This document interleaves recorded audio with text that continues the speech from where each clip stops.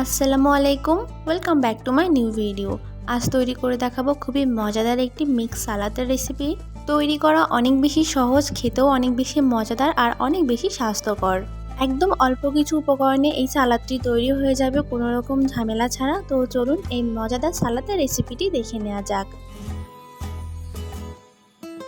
প্রথমেই সালাদের সসটা তৈরি করব। এর জন্য এখানে নিয়েছি 2 চা চামচ রেড চিলি সস,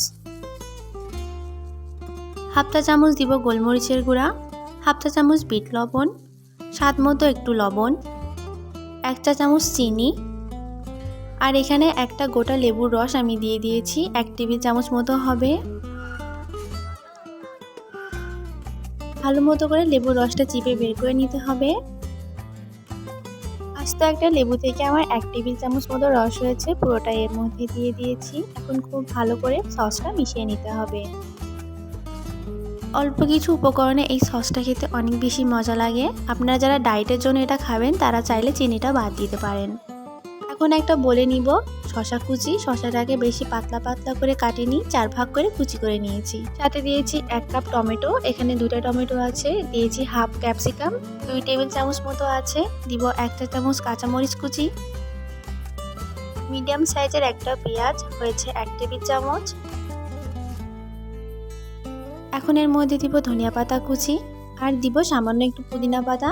এটা অপশনাল, থাকলে দিবেন, না থাকলে দিবেন না। দিব 1 চা চামচ চাট মশলা। এখন এই সবগুলো উপকরণকে আলতো হাতে খুব ভালো করে মিশিয়ে নিতে হবে। চামচ দিয়ে আলতো হাতে মাখাতে হবে। হাত দিয়ে মাখাতে গেলে এর ভিতরে থেকে পানি বেরিয়ে আসবে।